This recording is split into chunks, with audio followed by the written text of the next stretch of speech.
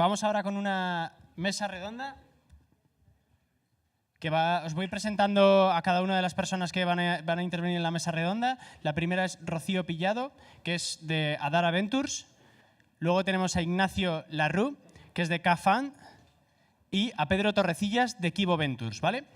Y todo esto va a estar liderado o llevado por Javi Santana, que es excarto y ahora es fulano en BBVA. O al menos así es como se define en LinkedIn, pero es un crack de la leche. Aparte, además de ser apasionado de los coches potentes, bueno, le vais a conocer ahora.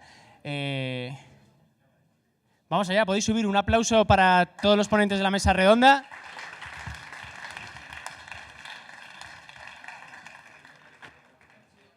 Necesito todos los micros aquí.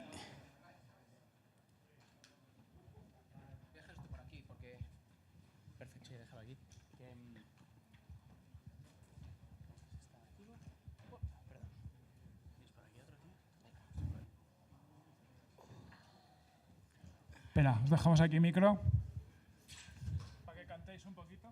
Gracias. Escúchame, si hay tres es suficiente. Yo no tengo nada que decir, la verdad. Tienes que presentarte, ¿no? Hola, ¿qué tal? ¿Estáis?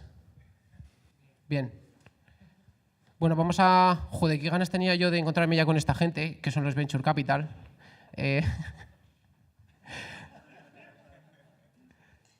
Vaya presentación que me has hecho, tío, ¿sabes? Tienes que haber invertido tiempo en esta gente y después...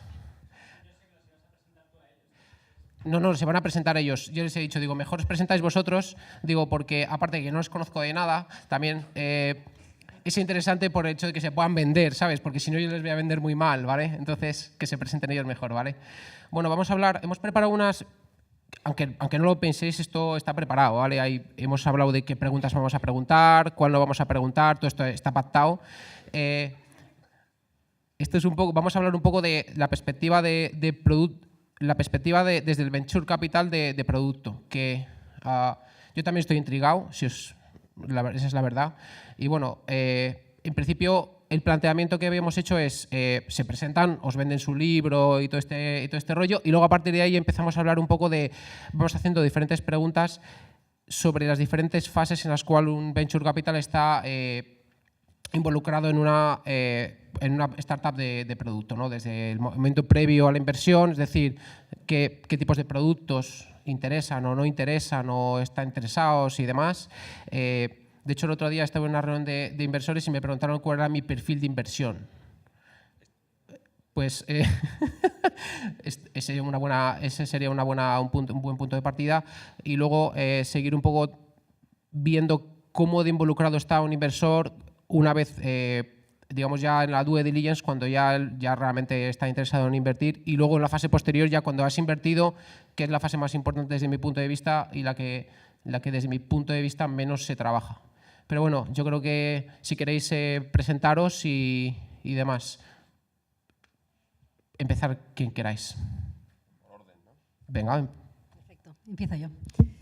Bueno, yo me llamo Rocío, llevo 5 años como parte del equipo de inversión de Adara. Nosotros nos centramos en inversiones puramente en tecnología dirigida a la empresa, en productos sobre todo donde hay innovación en el producto y no tanto en el modelo de negocio.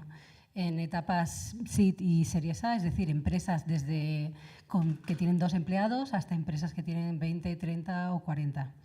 Inversión máxima en el primer ticket, 2 millones. Y en el equipo, ya que invertimos solo en tecnología, pues el equipo de inversión está formado 90% por ingenieros. Por mi parte, soy ingeniera informática, estuve trabajando como ingeniera pues 6 años o 7. Hice parte de producto también. Y luego ya me pasé, estudié un MBA y ya me pasé al lado de inversiones, donde pues tengo el placer de trabajar con un montón de ingenieros que hacen un montón de productos innovadores en muchas industrias diferentes y que es bastante más divertido que dedicarse a una sola cosa, tengo que decir. Pero bueno, nada más. Dale, Pedro. Hola, ¿se escucha? Vale. Yo soy Pedro Torrecillas, yo vengo de Kibo. Allí tengo un papel diferente, la verdad, al de los 2 colegas que hay aquí hoy, porque yo soy una figura que se llama Operating Partner, y es que parcialmente dedico parte del tiempo a ayudar muy enfocado a producto. O sea, yo no estoy, por ejemplo, yo no soy parte del equipo de inversión, aunque sí estoy en las reuniones de Dealflow, y estoy muy enfocado a producto. Hago este disclaimer para que no hagáis preguntas financieras muy difíciles y nos centremos en producto que yo puedo contestar. En realidad lo que quiere decir es que no le pidáis dinero, es lo que está queriendo decir. También. Y en Kivo básicamente tocamos empresas de un montón de sectores diferentes. Por ejemplo, estamos en una ¿cómo era? Una de mapas ahí. ¿Cómo es? Encarto, de inteligencia de localización. También estamos en Jopan Talent, o sea, empresas como ya internacionales, bastante grandes. Y luego empresas más jóvenes, con equipos también más jóvenes como 21 Button o VP. Son dos empresas también de las que estamos muy orgullosos. Y poco más. Te toca. Bueno, pues yo soy Ignacio Larrú, figuro oficialmente como director financiero de K-Fund. Algunos de vosotros me habéis escuchado en algún podcast. K-Fund es un fondo pues, muy parecido a los fondos que hoy estamos aquí representados, que invierte en pues, lo típico, Seed y Series A, pues no tenemos dinero para más. Entonces, Seed y Serie A de empresas tecnológicas. Yo llevo poco en el Venture Capital porque mi background es de banca de inversión, aunque yo también soy ingeniero. Y una de las cosas que me ha sorprendido mucho es que muchísimas veces damos nuestro perfil y tal. Yo diría, en K-Fund ahora os vamos a explicar cuáles son nuestros principios de inversión, pero si no os gustan tenemos otros. O sea, que realmente la sensación que tengo yo es que muchas veces intentamos cuadrar, oye, pues no, modelos de negocio, tal. Si luego viene un proyecto que te gusta y que es capaz de explicar, somos mucho más benevolentes a la hora. O sea, es una manera muy, muy elegante de decir que le damos un poco a todo, ¿no? No tanto, por ejemplo, pues no tenemos un sesgo muy solo productos de datos o solo productos o solo innovación en producto en modelo de negocio. Nosotros un poco nos gustan y por eso cuando nos propusieron la charla me gustó mucho. Lo que sí que suelen tener en común las compañías nuestras es datos, tecnología y UX. Y si juntas esas tres cosas, pues en un diagrama de Venn pues te sale producto, ¿no? Entonces, por ahí solemos siempre tener un ángulo común. Y aunque soy director financiero, también a mí, por favor, no me hagáis las preguntas financieras difíciles, que tampoco me las sé. De hecho, me alegro que hayas terminado por ahí. Sigamos por ahí un poco. Pero claro, la gente cuando joder, tú ves Silicon Valley la serie o cualquier otro y parece que tú vas por Silicon Valley o vas por aquí por Google Campus también, Campus Madrid, perdón, parece que te van soltando los billetes, te tiran los billetes a la cara los inversores. La realidad no es esa, la realidad es que los inversores obviamente no son gente tonta, mira, y obviamente no va a poner su dinero en un sitio que no merece la pena, no van a ponerlo, por ejemplo, en algo como Snapchat o algo así, ¿no? Entonces, ¿qué buscáis a la hora de... ¿Qué buscas en un producto a la hora de invertir? Claro, porque vosotros ahora vais a decir, no, lo que miramos es que los emprendedores, no sé qué, vale, pero bueno, vale, pero ¿y el producto que buscáis? ¿Qué tipo de producto? ¿Más B2C, más B2B? Bueno, algunos ya lo habéis dicho. Joder, has dicho tecnología, UX y no sé qué. Claro, no se has fastidiado. Bueno, ¿qué buscáis? Ya, empieza tú, ya que has terminado. Sí, bueno, principalmente no soltamos los billetes porque una de las cosas que aprendí yo es que los billetes no son nuestros. Quiero decir que muchas veces la gente piensa que es nuestro dinero. Nosotros también tenemos jefes que se llaman LPs, inversores, que nos han dado el dinero para una serie concreta de inversiones. Es decir, desgraciadamente, aunque a mí me guste un proyecto, si no cumple los requisitos para los que me han dado el dinero en el fondo, yo no puedo invertir. Por ejemplo, a mí me puede encantar un restaurante, pero un restaurante no es un modelo de venture y mis inversores no me han dado el dinero para que yo invierta en modelos de ese estilo. Entonces, muchísimas veces la primera característica que busco en un producto es que sea un producto venturizable, ¿no? O que sea un producto que pueda tener el tipo de retornos que me van a pedir mis inversores, porque si no, no hay fondo 2 o fondo 3 o el fondo que sea, ¿no? Entonces, eso por un lado. Y luego, desde un punto de vista de producto, y aquí voy a aprovechar que soy el primero para soltar las frases así de 0,60, como son pues que cumpla, ¿no? Que solucione un problema, ¿no? Pero a mí más que solucionar un problema me gusta, y en K, por ejemplo, productos completos. Tenemos muy mala experiencia con productos que sean solo una feature, ¿no? Y no una solución.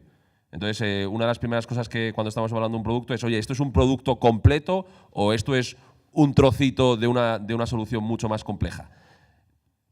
Pon un ejemplo de un producto completo versus... No tiene por qué ser algo real, puedes inventártelo para que entendamos. No, por ejemplo, nosotros, además es una inversión que tenemos en común, una solución que te permita gestionar tus facturas, ¿no? Pero que te permita gestionar tus facturas de principio a fin, versus una solución que te permita solo integrarte con el ERP o solo hacer el pago, pero no la contabilidad. A eso es a lo que me refería cuando decías producto completo versus una feature. No sé si queréis añadir algo más. Yo si no puedo seguir hablando. Yo creo que hay un tema muy interesante aquí cuando hablas de producto, más allá de, me ha encantado lo de la frase de 060. Y es básicamente no solo el producto como es ahora, sino lo que está valorando también, si entiende el producto como el producto extendido, o sea, no solo como el activo digital que la gente usa para solucionar un problema, sino que incluyes a diseño, a business intelligence, a cuáles son los procesos que soportan internamente en la compañía que ese producto funcione. No solo te tienes que fijar en el producto que hay ahora, sino que te tienes que fijar en la capacidad que tiene la compañía para ser un producto distinto dentro de 12 meses. Porque en realidad, aunque estoy de acuerdo que hay que invertir en producto y no en features, no estás invirtiendo en un producto completo. Estás invirtiendo en algo, en el potencial que tiene eso en convertirse en otra cosa. ¿Qué quiero decir con eso? Que no solo hay que fijarse en el producto, lo entiendas como lo entiendas, que esa es otra pregunta creo de las que tenías preparadas, que qué es el producto, sino también en el potencial que tiene ese producto de transformarse y de convertirse a 6 meses, a 12, a 18, como quieras verlo. Rocío, ¿qué miréis vosotros? Sí, yo para completar me saltaré todo el tema del equipo, etcétera, ¿no? Que es muy importante, pero hablando sobre todo de producto, nosotros lo que vemos y lo que más nos importa es la visión. O sea, es decir, que los emprendedores o el equipo tengan muy claro dónde quiere llegar, dónde quiere estar dentro de 5 años. O sea, que se imagine, no lo sé, si es una empresa que está solucionando un problema de transporte, que se imagine, ¿no?, el Ferrari allí al fondo, tal. Eso sí, hoy empiezo con el patinete, ¿no? Pero en unos años tengo que llegar allí. Y eso para nosotros es fundamental, porque al final, como decía Pedro, tú empiezas invirtiendo en funcionalidades, al final. O sea, no quieres que sea una funcionalidad, pero son detallitos pequeños que son importantes para alguien y que solucionan algo específico en ese momento, pero lo que quieres es ver que hay una visión grande, un objetivo importante y que cubre un mercado grande, etcétera, para, bueno, que tenga las cualidades, como decía aquí Ignacio, de poder ser invertible, ¿no? Que también pues tiene que ser un proyecto con mucha ambición. Y un tema ahí, porque claro, vamos a bajarlo un poco a algo más terrenal. Tengo entendido que algunos venture capital realmente no empiezan a hablar con la persona, con el emprendedor, si no tiene un nivel de facturación mínimo o un mínimo de clientes o algo así para empezar a hablar. No sé si tiene sentido. Yo, desde mi punto de vista, para mí tiene todo el sentido, pero claro, yo no tengo dinero, o sea que me da igual. Bueno, en eso es lo que hablábamos, que depende de la fase, ¿no? Al final, si tú haces una inversión muy seed, tú puedes, y bueno, en el caso de Victoriano, que estaba antes, que es una participada nuestra, cuando nosotros le vimos la primera vez, pues tenía una facturación residual, ¿no? Entonces, ¿es un requisito? No. Para mí, y bajándolo a lo terrenal respecto, yo siempre evalúo los productos un poco como las bandas de música, que por lo menos tengan vocación artística, ¿no?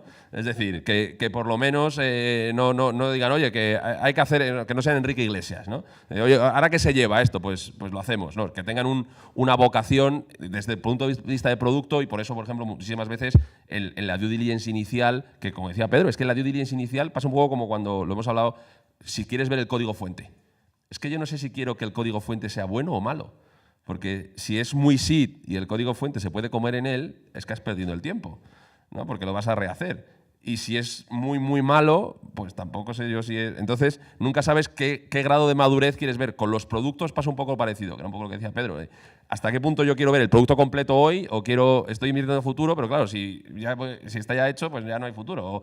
Y tengo que tener algo para invertir, ¿no? Entonces, en ese equilibrio, por lo menos, desde el punto de vista de producto, que exista la voluntad. Por eso muchas veces en la due diligence, en etapas muy seed, haces preguntas del estilo, pues eso, oye, ¿qué has validado, ¿no? Andando en la charla que había antes, ¿qué has validado? ¿Cómo lo validas? ¿Quién elige las features, ¿no? Y si la respuesta es, pues yo, porque soy el CEO, pues bueno, hay muchas veces que es más el tipo de respuesta a las preguntas que la respuesta en sí.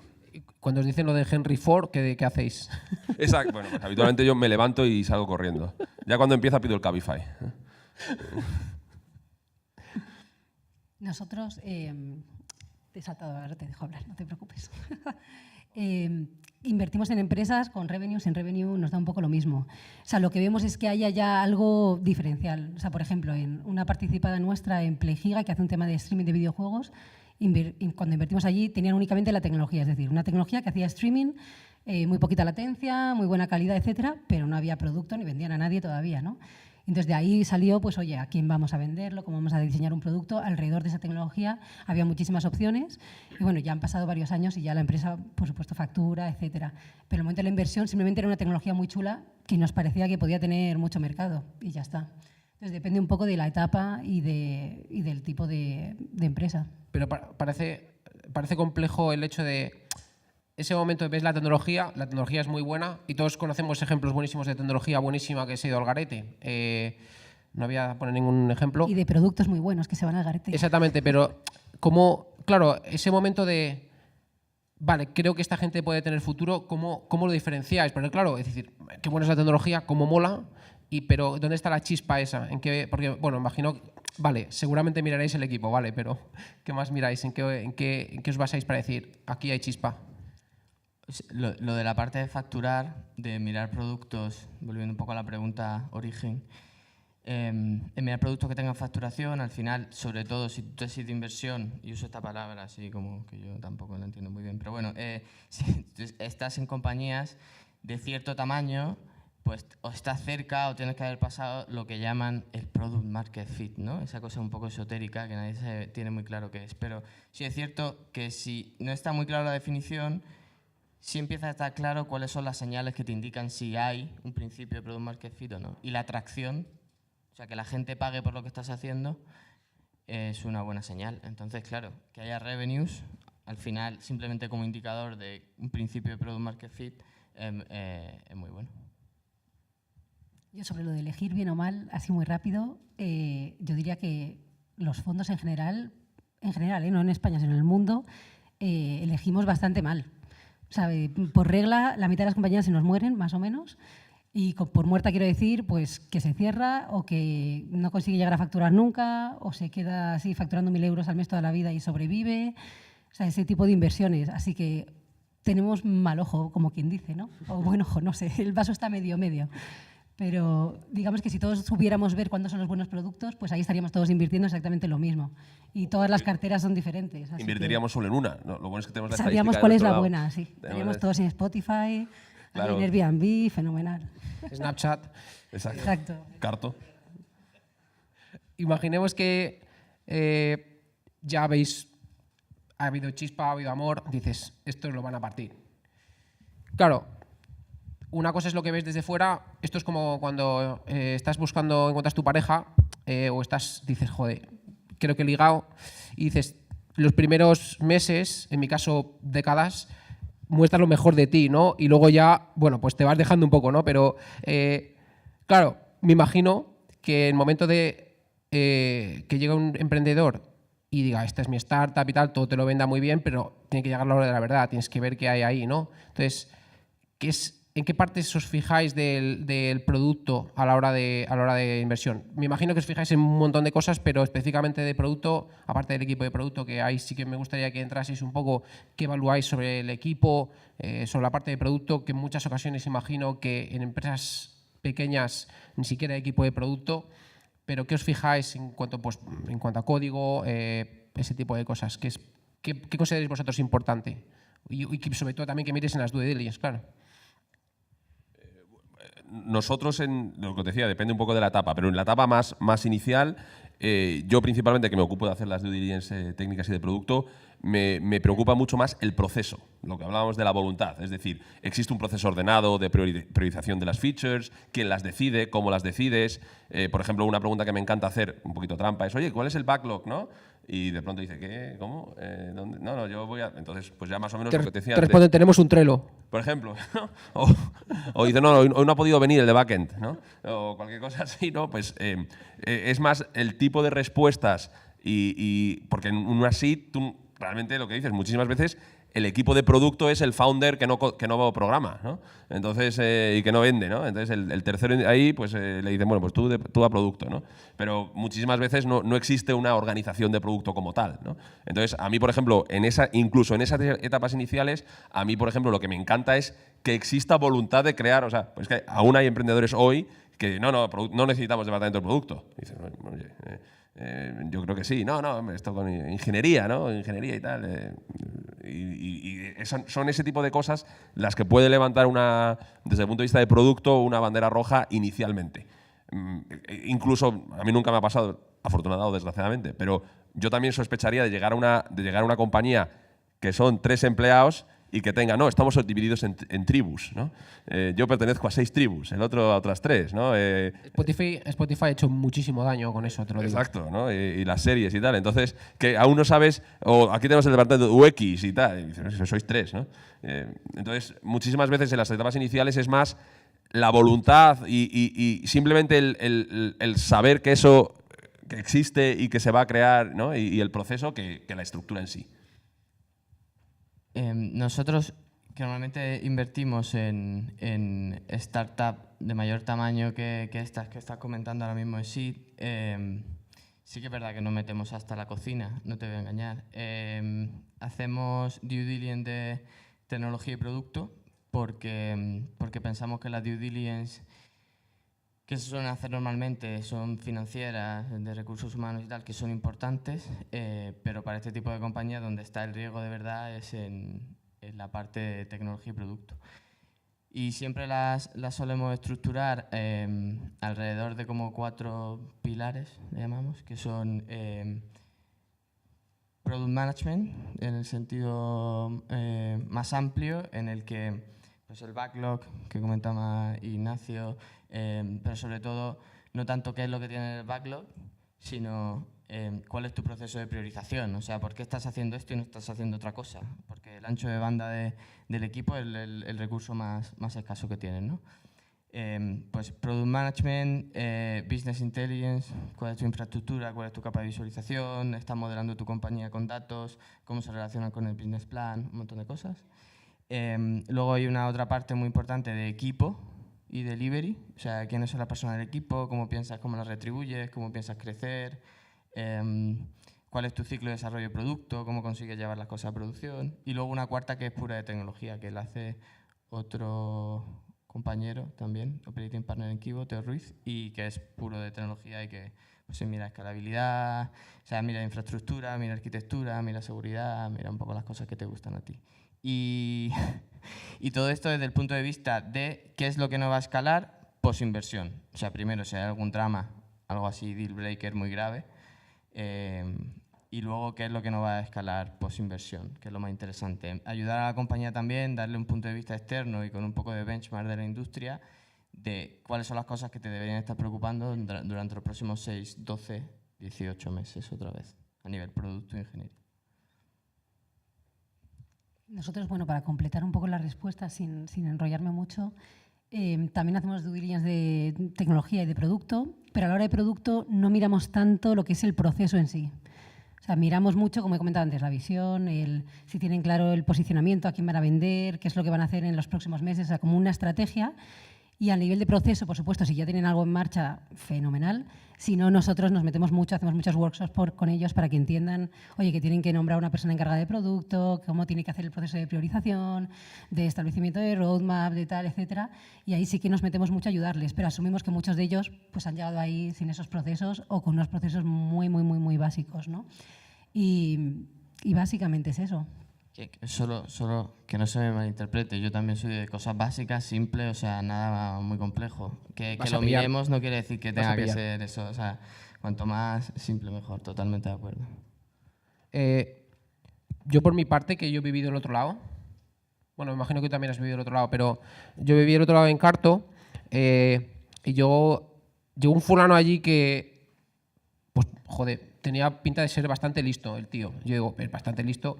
Y básicamente lo que me preguntó eran cosas, estaba esperando preguntas a pillar, pero preguntó cosas bastante coherentes, ¿no? Que, bueno, teniendo en cuenta que él ya era ronda B, que el tamaño del equipo era más o menos grande, preguntó cosas del tipo, que me parecen muy razonables, tipo, cuando tenéis que cambiar algo, tenéis que tocar toda la arquitectura o una parte de la arquitectura, que quiere decir que más o menos el diseño está bien, que puede escalar, cómo tenemos dividido el equipo. Yo no me había leído el paper de Spotify, con lo cual le dije pues en backend y frontend, pero también le dice bastante un poco de cómo estás organizado, si estás organizado por producto, si estás organizado por tecnología, cosa que creo que también tiene bastante sentido. Y luego te hace preguntas del tipo proceso más desde el punto de vista técnico. Por ejemplo, tienes un proceso de integración continua, tienes test, cómo es el proceso cuando algo falla en producción. No es que a nosotros nos fallase, ¿no? Porque no nos ha fallado nada, pero hay otra gente que sí que le falla. Entonces, ¿cómo actúas cuando hay una debacle de ese tipo de cosas que yo creo que tiene bastante sentido? Luego me enteré que ese hombre tiene un montón de papers y un montón de cosas y era bastante más puto amo de lo que yo pensaba. Que ya era bastante, ¿sabes? O sea que... A ver qué más cositas tenía yo por aquí. Con respecto al pre... O sea, bueno, sí, en el momento en el que... Claro, aquí tengo una pregunta que es quizá un poco tricky, que es ¿qué peso le otorgáis al producto en vuestras decisiones de inversión? Porque claro, diréis, joder, pues mucho, ¿no? Pero luego la realidad es que muchos productos pivotan y terminan haciéndolo bien, lo cual quiere decir que el producto importa, bueno, relativamente, ¿no? O sea, ¿qué peso le dais o cuánto de importante es para vosotros con respecto a, bueno, tener un buen equipo, etcétera, etcétera? O sea, veis un producto y los que lo llevas unos paquetes dices, lo cogemos y lo reemplazamos cuando podamos. Y los bicis hacen eso, llegan y cuando no les gusta a alguien lo reemplazan y ya está. Son gente de ese tipo. Pivotar también, ¿no? Pivotar el equipo. Exactamente. Venga, fuera. No, ¿qué peso le dais al producto? ¿Cuánto de importante es para vosotros? Yo aquí voy a tirar de mi background en banca de inversión, que lo primero que me enseñaron fue a mentir con decimales, y voy a decir un 16,8%. Ni más ni menos. No, a ver. O sea, poco. Exacto. Venga, siguiente, Pedro. No, es muy difícil otorgar un peso porque al final tú haces una evaluación en su conjunto. Las tesis de inversión y todos los comités, tú vas punto por punto. El producto es una estación más de todo el proceso. Mi recomendación ahí, o lo que yo he visto en este tiempo, es suele gustar más propuestas como más equilibradas, o por lo menos en K, gusta más que, oye, el producto es una maravilla, pero el equipo es horroroso. O la tecnología es una maravilla, pero no me gusta. Solemos buscar en el diagrama de araña, ¿no? más círculos que puntos. Entonces, en ese aspecto, el producto para nosotros es uno más. Como decía Pedro, nosotros tenemos nuestra tesis donde viene producto, tecnología, equipo, mercado, ¿no? Referencias, bla, bla, bla, todo lo que hemos podido conseguir. Y luego ya con toda esa información la metemos en la coctelera y la convertimos en un booleano. ¿Quieres decir algo? Sí, que mi respuesta sería que no lo sé, porque no sé dónde acaba el producto. Yo es que como soy product manager, para mí todo es producto. Yo estoy contigo, ¿eh? Para mí toda la empresa es producto. Los comerciales y todo eso son gente secundaria que está ahí. Los ingenieros. No, perdona. Nosotros, no te puedo decir un porcentaje de importancia del producto. O sea, lo que sí que es muy importante es la tecnología. Ahí sí. O sea, que la base tecnológica tenga mucho sentido. Y esa parte es un tercio, básicamente, de la inversión, por lo menos, un 40% por ahí. Y el producto, efectivamente, pivota. O sea, nosotros, por ejemplo, una de las inversiones mejores que tenemos es una empresa que se llama Alien Bolt, que es una empresa de ciberseguridad. Esa empresa pues, tiene una tecnología de seguridad de network, ¿no? Surveillance y tal. No voy a contar el rollo porque es muy complicado. Pero bueno, ellos en mitad de camino, ya después incluso de las series B, decidieron que el producto que vendían era muy complicado para empresas demasiado grandes, que eran muy petardas, y que iban a empezar a vender a empresas medias unas licencias de 20.000 al año y que iban a hacer un producto súper facilito, que iban a quitar todo lo complicado, autoinstalable, no sé qué, no sé cuántos, pum, y de repente dieron el clavo, ¿no? Y empezaron a vender como churros. y dices, ¿que era un mal producto antes? No, la tecnología era estupenda, el producto pues está enfocado a unos clientes que por lo que sea pues apreciaban unas cosas diferentes, el valor era diferente y ya está. O sea, no hay producto equivocado, o sea, se pivota y ya está. Pero si la tecnología tiene sentido y hay realmente un mercado para ello, pues se puede crear varios productos con esa tecnología y que funcionen todos. Esa es muy buena cuestión. Me voy a saltar un poco el guión. Es muy buena cuestión porque, claro, aquí, cuando llegas en una fase avanzada del producto, justamente lo que has dicho tú es, puedes elegir, hay una parte del producto que es la parte de cómo vendo este producto, que también es una parte importante, no solamente cómo lo construyo, sino cómo vendo y cómo ofrezco mi producto. Claro, ahí me ha hecho mucha gracia lo que has dicho, dice, estamos tirando a empresas súper grandes y decidimos tirar a empresas un poco más pequeñas.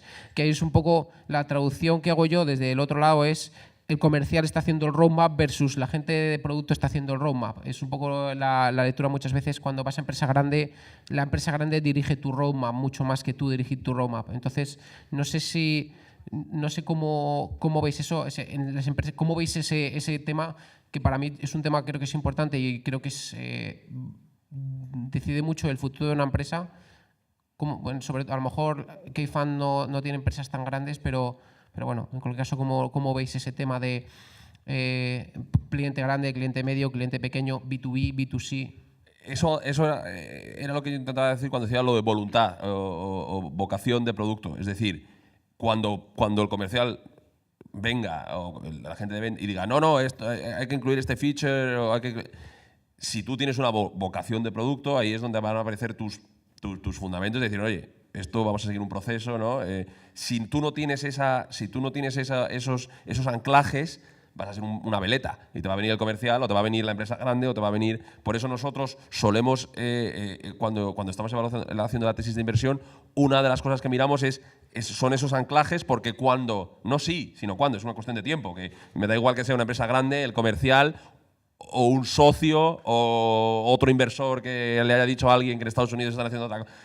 La cantidad de fuerzas disruptoras, ¿no?, a las que vas a ser sometida la compañía es múltiple. Entonces, cuando eso pase, habrá gente que reaccionará de una manera y empezará a perseguir ambulancias, habrá gente que reaccionará de otra manera y ahí es cuando esos anclajes y esa due diligence más de fundamentos habrá tenido su valor.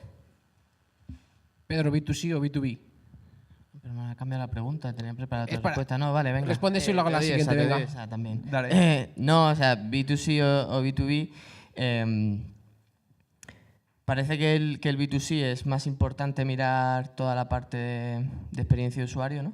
Y el B2B, que conoces muy bien, es más la guerra de features. O sea, si este equipo está preparado para toda la guerra de features, y lo que comentabas antes, que es muy interesante, que no solo hay que hacer el producto, sino que hay que saber empaquetar la propuesta de valor, encontrar a quién se lo va a vender y tal, lo que le llaman el product marketing, no confundir con adquisición, sino el product marketing. Pues para mí esa es la diferencia, ¿no? Si te pones un poco ñoño, puedes decir que B2C es un poco más de corazón y B2B es un poco más de razón, ¿no? De alguna manera. Muy buena. ¿Te ha gustado? Muy buena. Bueno, pasamos ya a la fase en la cual ya habéis invertido, ¿vale?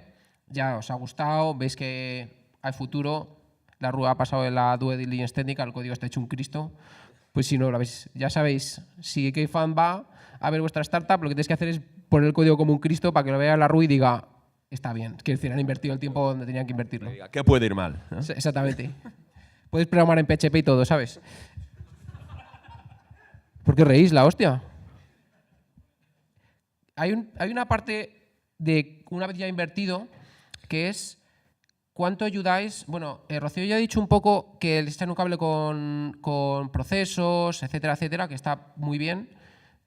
¿En qué otras cosas ayudáis en producto? ¿Ayudáis en procesos o en qué tipo de cosas ayudáis al emprendedor? Porque claro, si yo invirtiese, yo estaría encima suyo todo el puto día mirando a ver qué coño están haciendo, ¿sabes? Porque, joder, es mi dinero, ¿sabes? Bueno, no es vuestro dinero, pero tú me entiendes. ¿En qué les ayudáis? ¿Cuáles son los puntos flacos que soléis ver? Etcétera, etcétera. Bueno, en esto siempre hay una tensión, lo que dices tú. También es muy injusto invertir en alguien, ¿no?, pero luego no dejarle hacer. Decir, oye, que yo confío en ti, aquí tienes mi dinero porque creo que eres, ¿no? Eres muy buen emprendedor y que vas a llevar, eres capitán del barco, pero dame el timón, gracias por venir, ¿no? Y ahora te voy a decir dónde. Al final, si tú inviertes en. Nosotros siempre decimos que invertimos en las personas. Entonces es muy injusto invertir en las personas y digo, oye, hasta aquí bien hecho, ahora nos ocupamos nosotros. Pero siempre tienes esa tensión entre. Pero por otro lado, tampoco le puedes decir, bueno, pues nada, ya me avisas cuando haya que ir al notario. En ese punto intermedio, nosotros, por ejemplo, en K. Nosotros usamos la figura del operating partner, que sería parecido a lo que comentaba Pedro, después de la inversión. Nosotros no tenemos operating partners que se involucren en la parte de due diligence, por un tema conceptual nuestro, pero ya una vez invertido, cuando pasen estos, además cuando inviertes siempre hay 45 o 50 días donde va a aparecer todo lo malo, que es todos los problemas que han empujado durante la due diligence, ¿no? Entonces, durante esos primeros 45 o 50 días, nosotros ya tenemos asumido que ahí es cuando va. ¿Te acuerdas que te dije? Bueno, entonces van a empezar a aparecer. Cuando pase un poco esa tempestad, nosotros lo que tenemos es.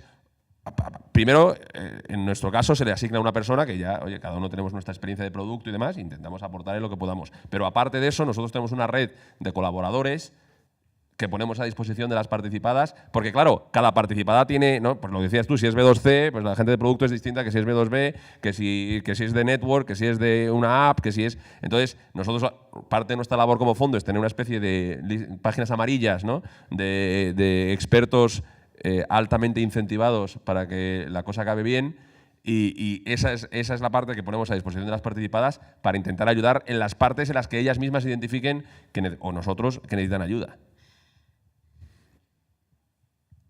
Muy parecido. La parte de producto y tecnología, sin querer ser muy pushy de alguna manera, sino más reactivamente, porque tampoco vas a empujarles que parezca que te quieran meter en la ejecución, ¿no? Porque estamos hablando de operating partner por operativa, por ejecución.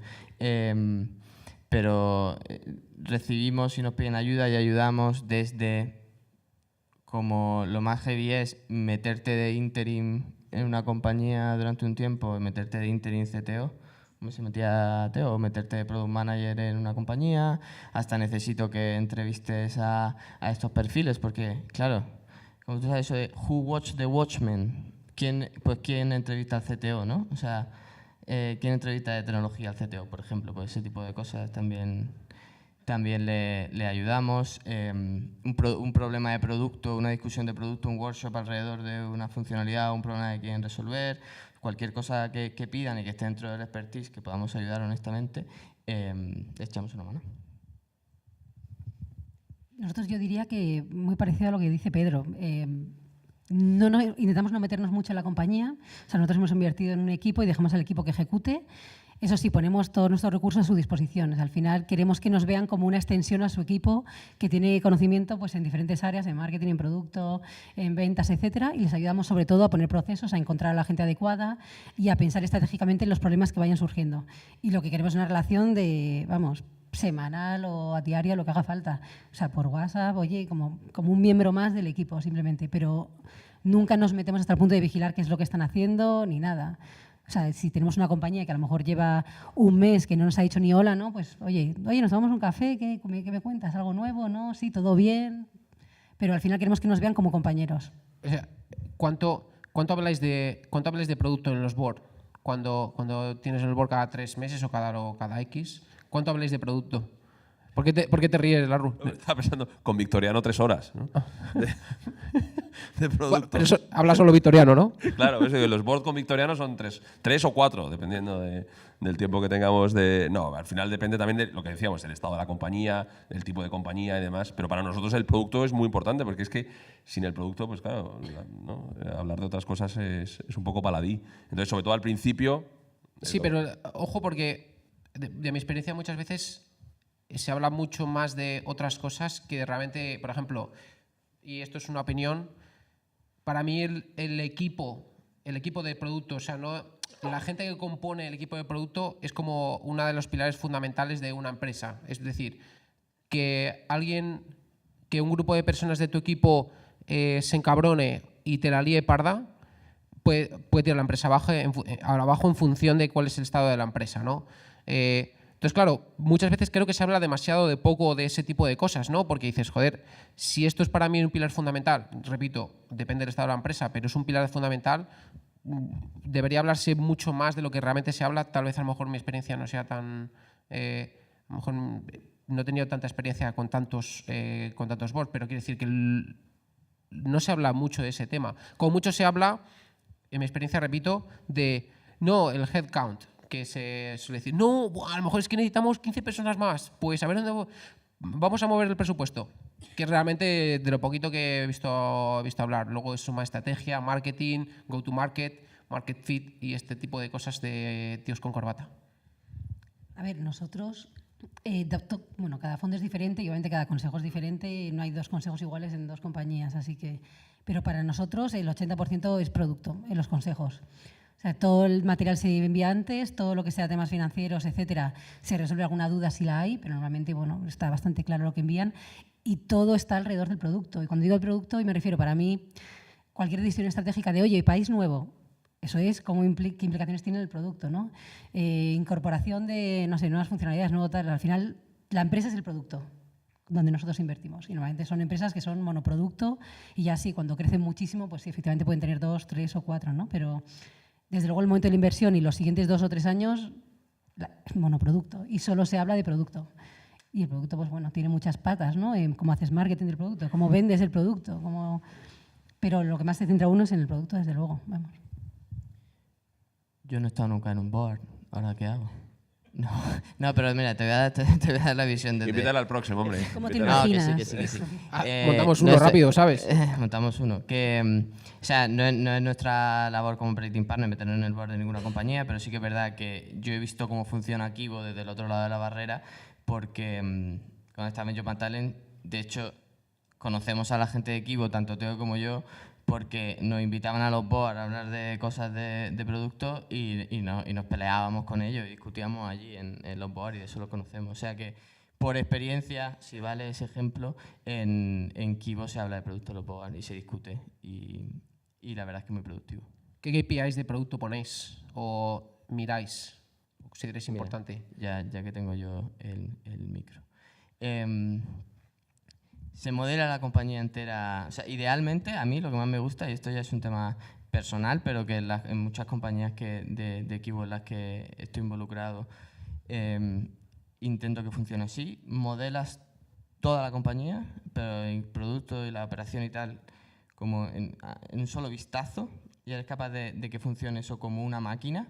A partir de cierta etapa de la compañía, si eres capaz de modelar, pues oye, me lo invento, un e-commerce, por ejemplo, sería como muy fácil, ¿no? Al final, de manera simplificada. Le metes tráfico por un lado, hay un funnel de venta, luego tienes un porcentaje que se devuelve, una serie de margen y al final acaba llegando a los ratios financieros, que son los que más se ven, ¿no? Luego, si todo eso lo acabas modelando, esos KPIs luego te sirven para, esa manera de ver la compañía o sea, a través de esos KPIs te sirven para modelar equipo, para poner objetivos a los quarters, para priorizar lo que tienes en el backlog. Sí, pero ¿qué cogerías?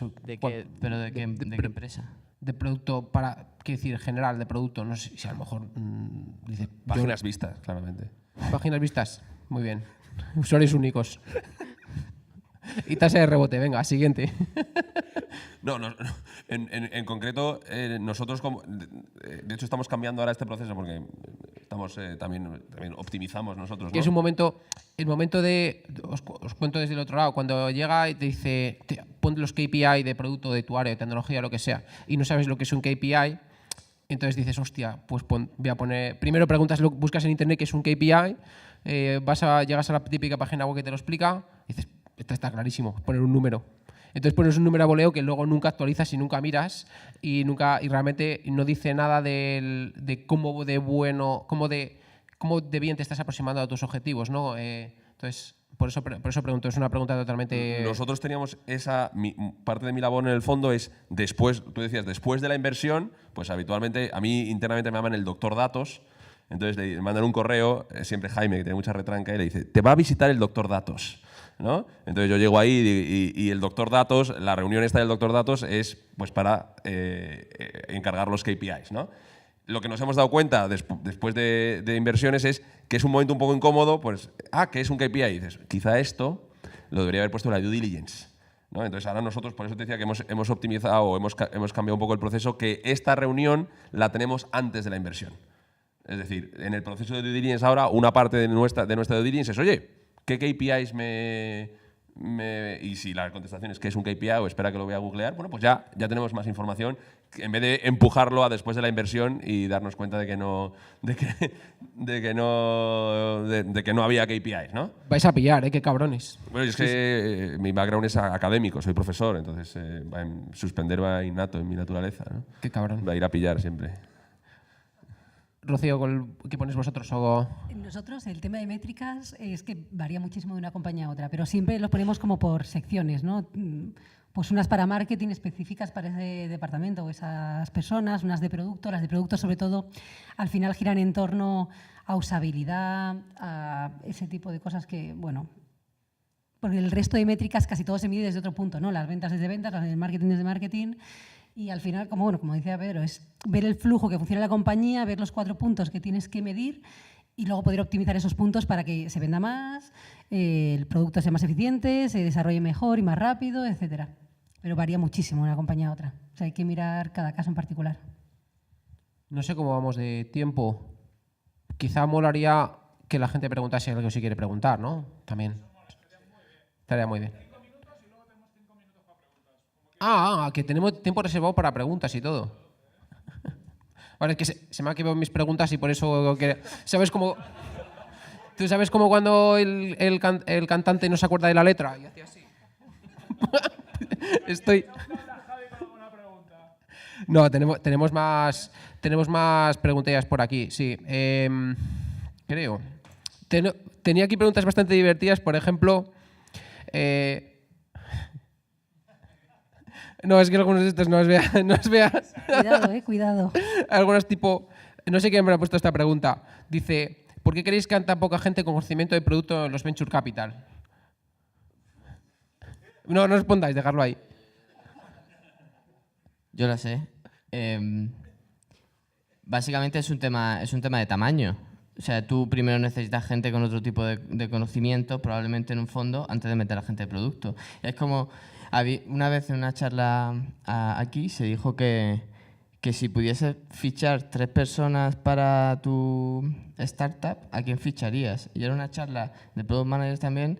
O sea, un product manager. ¿Pero cómo vas a fichar? O sea, ¿pero cómo vas a tener dentro de las 3 primeras personas que fichas en una compañía un product manager, ¿no? Pues ¿cómo vas a tener entre el primer empleado de tu fondo alguien de producto cuando tienes muchas cosas que van antes, no que sean más importantes, pero sí que van antes en relación a los perfiles? Por eso yo creo que los fondos más grandes de Europa, que son los que conozco un poquito más que los de Estados Unidos, tienen gente de producto full time internamente, porque son más grandes, tienen un management fee que en absoluto es mayor y pueden permitirse más perfiles más variados para aportar más valor a todo el proceso. Yo te diría que hacemos un poquito de trampa y siempre tiramos de la cartera. O sea, es decir, que no tenemos suficiente conocimiento de producto, pues cogemos a 2 o 3 product managers de otras empresas que funcionan bien y que vayan a hacer training a las otras, ¿no? Que no tenemos gente que sabe mucho de tecnología, pues lo mismo. Cogemos, hacemos la due diligence a donde ponemos y luego cogemos a las de la cartera para que nos ayuden. Y así un poco en todos los sectores, o sea, vamos, en todas las áreas. Nosotros intentamos saber siempre un poco de todo, pero es imposible profundizar en todo, es imposible. Yo me voy a defender con la estadística, como el doctor Datos. ¿Cuál es el porcentaje de la población con conocimiento de producto? Y compáralo con el porcentaje de los fondos. O sea, es que esto del producto, el BBVA está contratando ahora gente de producto. O sea, que habéis oído solo los fondos. No me consta. No encontraron a nadie y se fueron a por CTOs. Entonces que quiero decir que realmente es que esto no está empezando, pero yo creo que aún hace falta... Pedro, que a lo mejor pertenece a la primera generación de product managers de startups de éxito, que luego, o sea, que es que aquí, segunda, yo creo, más bien, como pues segunda, tercera, pero sí. Pero sí, que, es verdad que, que hay pocos. que hace falta para que empiece a haber, si empieza a haber ahora ingenieros, ¿no? Deja que llegue, ¿no? Eso sí que es rebajarse, es caer bajo. Seguir o pivotar. Porque claro, aquí llega un momento en algunas empresas, si tenéis suerte, Porque las que llegan a eso es que, bueno, ya hay que decir que tienen cierta facturación. Claro, en el cual el crecimiento va bien, pero no va tan bien como cabría esperar, ¿no? Y ves muchas empresas, y muchas de las grandes aquí en España lo han hecho, han pivotado. Pero claro, mi duda surge es cuando en ese board en el que se miran los números y dices, ostras, esto no está cuadrando, o no está cuadrando todo lo que nos gustaría. Claro, tienes dos opciones, o seguir apretando donde estabas apretando, apretar más fuerte y cambiar un poco la estrategia, o pivotar y decir, vale, cojo el producto, me lo pivoto o me lo cambio e intento ir o un poquito más allá o mirar a otro lado. ¿Qué pensáis? No sé si, y cuando digo que pensáis, cuando habéis estado en esta situación, ¿qué habéis hecho? Yo voy a remitir otra vez a la... O sea, salvo que sea algo que tengas que hacer circunstancial, es decir, como compañía me estoy quedando sin dinero y mejor que estar empujando estos 6 meses, voy a probar esto. O sea, no sé, a no ser que sea algo que te venga muy empujado por las circunstancias, es otra vez Product Market Fit, ¿no? O sea, es si no estás obteniendo las señales que esperas en el camino que llevas y ya se te están empezando a agotar las ideas, pues es el momento de probar otra cosa y ver si ahí empiezas a tener esas señales de que realmente tienes Product Market Fit. Una vez tienes Product Market Fit, en teoría no deberías hacer esos virajes tan grandes, o por lo menos esa es mi opinión. O sea, evidentemente siempre estás adaptándote, siempre estamos, como decía Rocío antes, al final la visión, tú tienes la visión y no tienes muy claro cómo vas a llegar allí. Pero cuanto más cerca estés de Product Market Fit, cuanto más claro lo tengas, menos debería cambiar la cosa, en mi opinión. Menos dinero te gastas por el camino, eso sí. Yo, para completar un poco, diría que a veces tienes un producto y lo que vas encontrando es el mercado para tu producto. A veces ves un mercado muy claro y lo que intentas es ajustar el producto para que llegue a ese mercado, ¿no? Y no es como una decisión de un board que dices, oye, es que radicalmente vamos a cambiar algo y giramos, ¿no? Siempre son giritos, vas haciendo así, tic, tic, tic, hasta que encuentres tu camino y luego efectivamente empezaste aquí y acabas ahí, pero el camino no ha sido un giro de 90 grados, ha sido una serpentita, ¿no? Así. No es tan radical. Por lo menos en nuestra experiencia, vamos. Y ahí son tan importantes los KPIs, ¿no? Porque al final parece, si tú me dijeras, Ignacio, toma esa decisión hoy, en base a supuesto teórico, claro, importa mucho el razonamiento, ¿no? O sea, al final nosotros siempre, mi approach es, yo siempre le doy al emprendedor el beneficio de la duda, ¿no? Oye, ¿quieres pivotar? Pues cuéntame por qué, ¿no? Y dependiendo de la historia y hay gente que te cuenta literalmente historias, ¿no? Entonces, pues, o si lo argumenta con datos, y por eso es tan importante las métricas, etcétera, porque te va a permitir construir una narrativa mucho más sólida que es que pienso que, o es que en Estados Unidos he leído un post, ¿no? Y hay que tirar por aquí. Claro, ahí mi visión, y también es bastante personal, es la de, claro, cuando tú ves el crecimiento, normalmente, si no hay crecimiento, pues obviamente está claro, tienes que cambiar, porque no hay tu tía. Bueno, y aún así no está tan claro, pero cuando ves crecimiento, no es lo que esperaba, pero hay crecimiento, claro, ahí es un poco, mucha gente dice, vale, pues cambio de mercado, o cambio mi producto para que sea, en vez de X sea Y, o coja un mercado más amplio, porque claro, siempre en un producto puedes decir, cambia un mercado que tiene mucho más millones de dólares ahí, quiere decir, mira, vas a Gartner y dice, este tiene 3 veces más millones de dólares. Y dices, perfecto, me cambio ese mercado, lo pivoto y ahí meto el producto y voy a ganar 3 veces más. Que obviamente es un error, ¿no? Es un error pensar así, pero porque no necesariamente tienes que acaparar un porcentaje del mercado, ¿no? Claro, lo que yo digo es, cuando tú estás traccionando, claro, al principio la tracción, no puedes medir bien la tracción, no puedes decir, vale, ahora estoy traccionando, pero yo creo que si cambio voy a traccionar más. Porque también, si sigues, puede que al principio una exponencial es como es un lineal, en el fondo, se parece a una lineal. Entonces, claro, muchas veces el hecho de cambiar, sí, pruebas una cosa nueva, pero tampoco sabes si la anterior te estaba funcionando. Sobre todo en una situación en la cual el emprendedor suele estar con mucha presión, precisamente por los KPI, esos KPIs de, no, tengo que crecer un 15% mensual. Sea ese 15% mensual, lo que sea, o 20 o 10 o lo que sea. Sí. La sección traumas. Sí, exactamente. Esto Traumas, es Alcohólicos Anónimos. Pero la realidad es que ves, y no, bueno, no ha sido, en Carto también está muy hasta arriba, y muy hasta arriba de trabajo, quiero decir.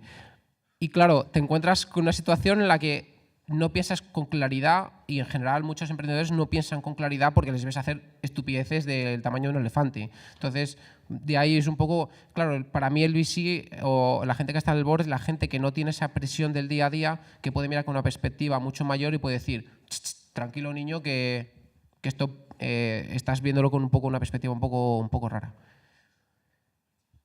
¿Pasamos a preguntas si os parece? O si queréis podéis hablar. Si quieres responder. No, quiero decir, estaba Pero no hay respondiendo yo a pregunta. ellos, ¿sabes? Sí. Venga, dale caña. Buena respuesta, sí. Pues si no había pregunta. Nuestra labor, antes decíamos el board, ¿no? Nuestra labor en el board es hacer ese tipo de preguntas un poco de, oye, incómodas o intentar profundizar más y aislarnos un poco del día a día y de. Por eso también no es tan bueno estar en el día a día, porque entonces pierdes esta perspectiva también, ¿no?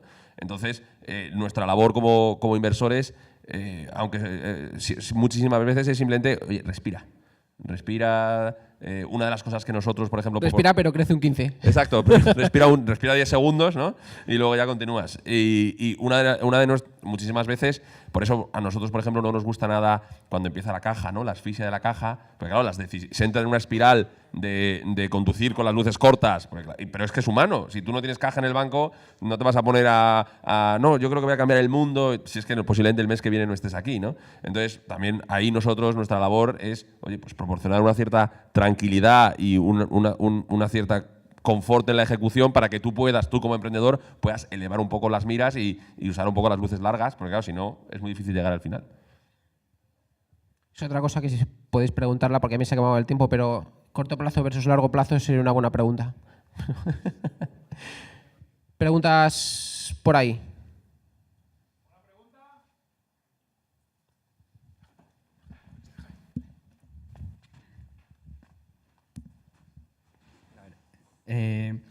Yo tengo una pregunta. Cuando hablamos siempre de Venture Capital, a mí me suena un poco que es un poco como la NASA o algún tipo de ciencia como extraña que es muy difícil de parametrizar. Y bueno, antes decía pues que ellos se fijan en tecnología, vosotros en producto, vosotros en las personas. Pero yo veo un poco esto de las Venture Capital con las empresas que empiezan un poco como casarse por carta, ¿vale? Con alguien, o que las personas que están hablando son las abuelas entre sí. O sea, no hay como algo directo en lo que puedas ver, pues como cuando entra la policía en tu casa a las 4 de la mañana con un ariete y te pilla pues con la ropa. Bueno, es un ejemplo, ¿vale? Que lo que te vas a encontrar es totalmente distinto, porque al final están hablando, pues como digo yo siempre, los mayores, pero no están viendo cómo está funcionando día a día, etcétera, etcétera. Entonces, mi pregunta es, ¿cómo conseguís eliminar ese ruido justo en la fase previa a la inversión? O sea, yo ya no entro después o cómo se hagan las reviews después o lo que sea, sino ese momento antes, ¿cómo conseguís eliminar ese ruido? ¿Cómo conseguís saber que estáis tomando la decisión correcta invirtiendo o no invirtiendo en esa empresa? No sé si se ha entendido nunca la pregunta. sabes si es la decisión correcta, pero yo te diría que nosotros sí que intentamos conocer mucho al equipo antes de invertir. O sea, pasamos muchísimo tiempo con ellos, vamos a la empresa, estamos días, que pasamos, comemos con cada miembro del equipo, no les entrevistamos, sino, oye, para conocernos, a ver qué tal, les preguntamos sus dudas, sus ansias, cómo ven ellos el futuro, cómo no, intentamos conocernos mucho para efectivamente cuando nos casemos, que no sea por carta, que sea realmente, oye, que haya ahí amor, ¿no? De verdad. Porque nosotros invertimos a largo plazo siempre y de media estamos 7, 8 años en una empresa. Luego, la relación desde el principio tiene que ser buena y tenemos que conocernos, obviamente, sí. Vale. Hola. Bueno, nosotros llegamos el lunes de Silicon Valley y hemos estado allí 3 meses y en base a producto, ¿qué KPIs tenéis? O sea, porque hemos visto una diferencia brutal entre lo que nos piden allí los fondos, lo que hemos aprendido allí en una aceleradora y lo que nos pedís aquí. Me refiero, ¿qué KPIs tenéis vosotros de cara a producto y de cara a estas rondas seed o pre-seed? Porque allí, por ejemplo, tiran mucho más de engagement y aquí solo nos hablan de revenue. Y entonces ahí es como que se utilice tu producto y ya veremos luego cómo monetizarlo. O cómo sacarle el máximo beneficio. Nosotros, como yo he dicho antes, miramos sobre todo engagement. A la hora de ver productos, sobre todo. Es que es lo único que hay. Normalmente al principio no hay otra cosa. Y el revenue, pues, oye, vendrá, ¿no? Si hay interés por la gente acabarán pagando, pero... Lo decía un poco porque, por ejemplo, en una etapa tan inicial es imposible centrarte en 3 métricas, en engagement, en revenue y atacar con poca gente a todas a la vez. Entonces es un poco complicado porque aquí cada uno te pide una cosa y es un poco difícil para tanto el equipo el saber pues, qué métrica tirar más hacia adelante y centrarte en ella. Bueno, y es que eso, yo siempre lo digo, nosotros, y además muchas veces nosotros incluso como inversores, uno tiene los emprendedores que se merece. Quiero decir, que si yo llego a una empresa y el primer día empiezo, bueno, las ventas, pues tú ¿qué vas a hacer? Intentar centrarte en las ventas. Y hay muchísimas veces que con esa actitud vas a obtener el óptimo local y por obtener el óptimo local vas a perder el óptimo global, ¿no? ¿La culpa de quién es? ¿Tuya? ¿Mía? ¿No? Yo, por ejemplo, y esto es una pelea que yo tengo internamente muchas veces dentro del fondo, que si tú aprietas muchísimo con las ventas, o sea, uno habitualmente cuando mide suele obtener lo que mide, ¿no? O sea, si yo cojo a un comercial y le pido nuevos contratos, pues lo más probable es que me traiga nuevos contratos, pero luego no me queje si me trae contratos en los que ha mentido o, ¿no? O bueno, mentir o ha alineado, ¿no? Porque al final tú cuando empiezas a medir, por eso medir es tan peligroso, porque lo que tú mides suele ser lo que obtienes, entonces tienes que aprender a qué quieres medir para obtenerlo. Por eso decíamos antes, cuando hablábamos de los KPIs, a mí personalmente lo que me suele gustar es que el emprendedor me diga sus KPIs, porque tú puedes saber mucho de una persona y de un emprendedor solo por lo que él mide, porque al final lo que tú mides es lo que tú consideras importante. Entonces, por ejemplo, ¿no? yo muchísimas veces cuando trabajaba, tú sabes mucho de un jefe por qué miden sus empleados. Mide las horas que están sentados en la silla, mide si llegan antes y se van después, mide la cantidad de veces que le dicen que sí al día o las cantidad de veces que le dicen que no. Dice mucho de una persona lo que mide. Entonces tú también como emprendedor selecciona a tus inversores también, ¿no? Al final esto es una especie de marketplace. Nosotros tenemos los emprendedores que nos merecéis y vosotros tenéis los inversores que os merecéis, ¿no? Entonces cada uno, si llego a una reunión, tengo un PowerPoint y el fulano de enfrente me dice, bueno, entonces el MRR ¿cuál es? Digo, pues encantado de venir, ¿no? Y así eso nos hablamos en el futuro. Yo creo, por matizar solo una cosa, lo que yo te contestaría, si estás en etapas muy iniciales y enganchando un poco con la charla junto anterior, es que, o sea, ¿cuál es la hipótesis que estás probando ahora? O sea, sin saber exactamente cuál es la siguiente cosa que tienes que tachar de tu lista sobre la hipótesis que estás construyendo tu producto, no podría decirte cuál es el KPI. Hola, buenas tardes. Quería haceros 2 preguntas. La primera es, cuando tienes una startup que está fundada con recursos propios, que va facturando, va teniendo tracción y demás, pero que si te das cuenta que tus competidores tienen todos rondas de 1 millón y pico, ¿cuándo es el momento o con cuánto tiempo tienes que preparar una ronda cuando sabes que te vas a quedar sin caja para seguir funcionando? ¿Son varios meses? Y ¿cuánto estimáis que es lo recomendable para no ir pillado o no verte en el último momento con un problema de caja cuando sabes que tienes posibilidades de levantar una ronda y de crecer? Yo diría que lo más seguro, para asegurarse, 4 o 6 meses con antelación. Por si acaso. Puede ser que se cierre luego en 1 mes o 2, pero puede ser que estés 5 o 6 meses porque esté el verano en medio, las navidades, las fiestas, estén cerrando un nuevo fondo, estén invirtiendo en otras 2 que justo están cerrando, nunca sabes qué puede pasar. Yo dejaría mínimo 4 meses. Vale, ¿y estáis de acuerdo todos? A ver, yo digo 9 y así luego la media, ¿no? Sale 7 y pico. Cuanto más voy a hacer una cosa de perogrullo, fase de 0,60 otra vez. Cuanto más tiempo, mejor. Gracias, Ignacio. Gracias por haber venido. Ha cambiado la vida a la gente de la charla. Mi experiencia, otra vez, porque yo he sido emprendedor y no conseguí levantar nunca en una ronda, entonces al final decidí cruzar la mesa porque era la única manera de que las cosas salieran bien. Y el venture es el negocio del sí. Yo a veces digo internamente, a ver cuándo decimos que no, porque incluso cuando decimos que no, nunca decimos que no, siempre decimos sí, pero ahora no, ¿no? O sea, siempre, porque es un negocio en el cual no ganas nada por decir que no. Tú vienes, no voy a invertir, pero yo en vez de decirte no vuelvas por aquí, porque realmente no sé si vas a ser el próximo Snapchat, yo lo que te voy a decir es ahora no, muchísimas gracias, nos vemos dentro de, ¿no? Entonces, realmente en la industria existe todo tipo de incentivos perversos para empujar las rondas al máximo posible. Primero porque cuanto más se alargue el proceso de due diligence, más información gano yo, menos carta, ¿no? Y al final yo necesito... A mí me encantaría invertir de hoy para mañana, pero si invierto de hoy para mañana, el número de falsos positivos se me dispara y no hay fondo 2. Entonces, es un proceso en el cual el tiempo corre, no voy a decir a mi favor, pero hay una cierta balanza entre información ganada, pero claro, a medida que pasa el tiempo, tú también la caja baja y ya empiezas a gestionar la compañía de manera distinta. Por eso, mínimo, o sea, al final, después de todo esto, Ignacio, dime un número. Yo diría entre 6 y 9 meses.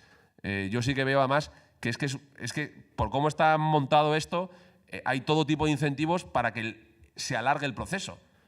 Cada vez contamos más gente con más due diligence externas. Ahora ya las due diligence ves todo, o sea, cada vez nos parecemos más a los médicos, que tienen todo tipo de pruebas solo para estar seguros, ¿no?, de que cuando la cosa estalle nadie te puede echar la culpa. Entonces, cada vez los procesos se dilatan más y claro, tú te vas quedando sin caja. Y cuando tú te quedas sin caja, claro, entran otro montón de personajes nuevos en escena que ya se aprovechan de la gente que no tiene caja y entras en una dinámica muy perversa. Yo por eso siempre recomiendo entre 6 y 9 meses. Yo diría que hagas tú también tu due diligence de los fondos y empieces a intentar conocerlos cuanto antes. O sea, establecer una relación... Pues si lo haces o sea, no creo que sea nunca negativo empezar a establecer una relación con varios fondos, que cuando llegue el momento estés bien preparado, sepas cuáles son los que a ti te interesan, puedes despertar interés en varios, bueno, todas esas dinámicas. Muy bien, muchas gracias. Y la segunda pregunta es, todos hemos visto startups, y especialmente últimamente en el mundo de las apps, que empiezan con rondas millonarias. Entonces, ¿qué opináis sobre eso y cómo creéis que consiguen esas rondas prácticamente con un producto recién lanzado sin métricas, rondas de 5 millones y cosas así, o incluso superiores, hemos visto? Sí, perdonad, si podéis responder rápido, guay, porque tenemos que ir cerrando, ¿vale? Gracias.